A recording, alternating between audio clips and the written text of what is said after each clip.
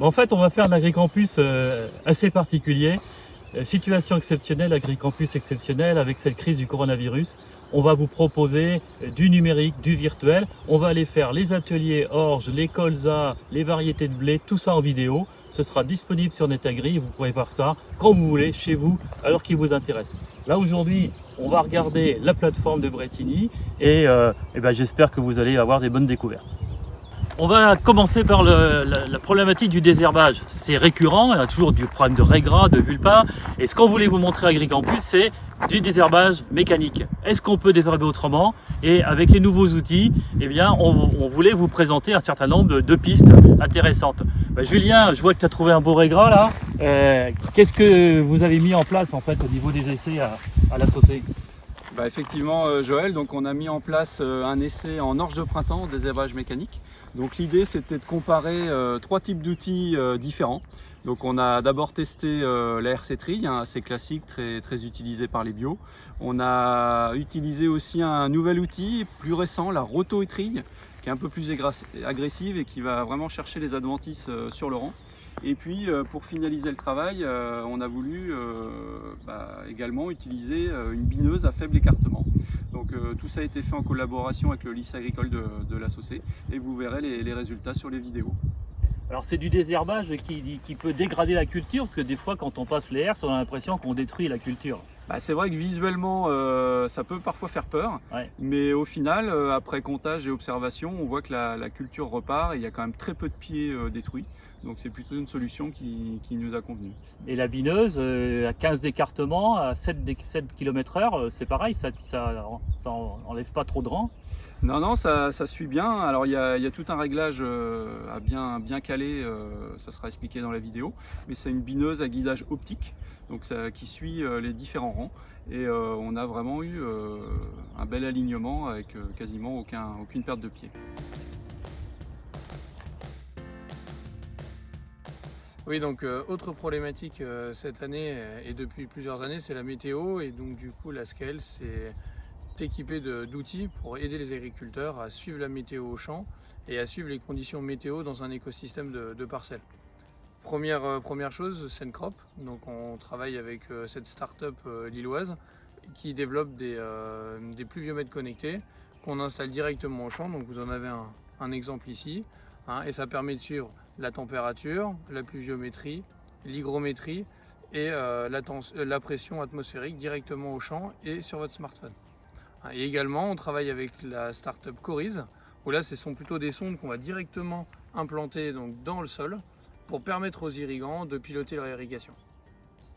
Bon, malgré le pilotage, c'est vrai que la météo reste un phénomène qu'on ne maîtrise pas et on a de multiples aléas depuis plusieurs années. C'est pour ça que la Scale travaille sur de l'assurance aléas climatiques, CA Protect, pour pouvoir vous aider à couvrir vos chiffres d'affaires sur des cultures qui sont soumises à de multiples problématiques.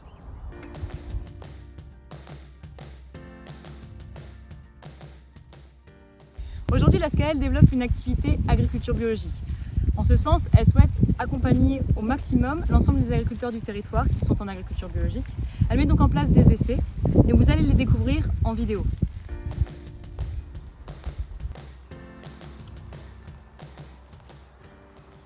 Depuis le mois de septembre, la Scale s'intéresse au HVE et j'ai pour rôle d'assurer le suivi des agriculteurs. C'est pourquoi je vais à leur rencontre leur poser un questionnaire. Le questionnaire comporte 4 thématiques: la biodiversité, la fertilisation, l'irrigation et les phytosanitaires. Le but du jeu, gagner 10 points à chaque thématique. Une fois que j'ai réalisé ce questionnaire, je vous dis si oui ou non vous êtes éligible au HVE. Si vous êtes éligible, je vous oriente vers un organisme de conseil. Sinon, je vais plutôt vous apporter un conseil. Certains agriculteurs, pour être certifiés HVE, ont dû gagner des points sur la thématique phytosanitaire en mettant en place des produits de biocontrôle ou des méthodes alternatives, et d'autres ont dû diversifier leur rotation pour gagner des points sur la biodiversité. Une fois que nous avons réalisé ce questionnaire et que nous savons si vous êtes éligible au HVE, il faut obtenir soit la certification environnementale niveau 1, soit la niveau 2 pour pouvoir être certifié HVE. J'espère avoir répondu à toutes vos questions et je vous souhaite une bonne visite sur Agricampus. Sur les colzas, la thématique vraiment de l'année, c'est la réussite de l'implantation. Alors c'est vrai qu'entre les problématiques de sécheresse, de grosse altise, ça devient quand même de plus en plus plus en plus compliqué de réussir ces colzas. Donc ce qu'on a fait au lycée agricole de La Saussée, on a mis en place des bandes de comparaison avec l'idée de comment booster le démarrage de la culture et améliorer la lutte indirecte contre les gros saltistes. Donc on a fait, déjà on a vu par rapport à la date de semis, c'est vrai que le semis précoce peut quand même aider. Le choix variétal a aussi son intérêt, donc il faut quand même s'y pencher. Et puis ensuite on a mis des bandes avec incorporation d'engrais type 1846 dans la ligne de semis, des bandes avec des plants de campagne et on a mesuré les biomasses, ce qui permet voilà, indirectement de lutter contre les altises. Donc vous verrez les résultats dans les vidéos, mais c'est vrai que ce sont des pistes qui nous paraissent prometteuses.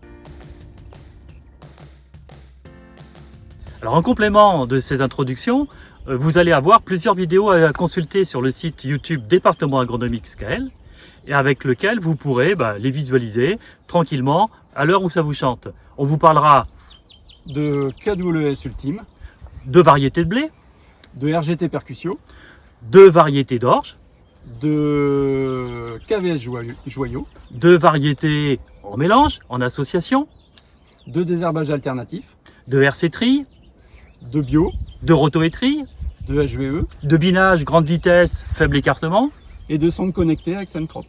Voilà, donc des multitudes d'approches, on parlera filière, vous pourrez liker, on va dire ça maintenant, hein, vous validez que la vidéo est sympa et vous nous posez des questions. Écrivez-nous et on se retrouve très prochainement. À bientôt. À bientôt.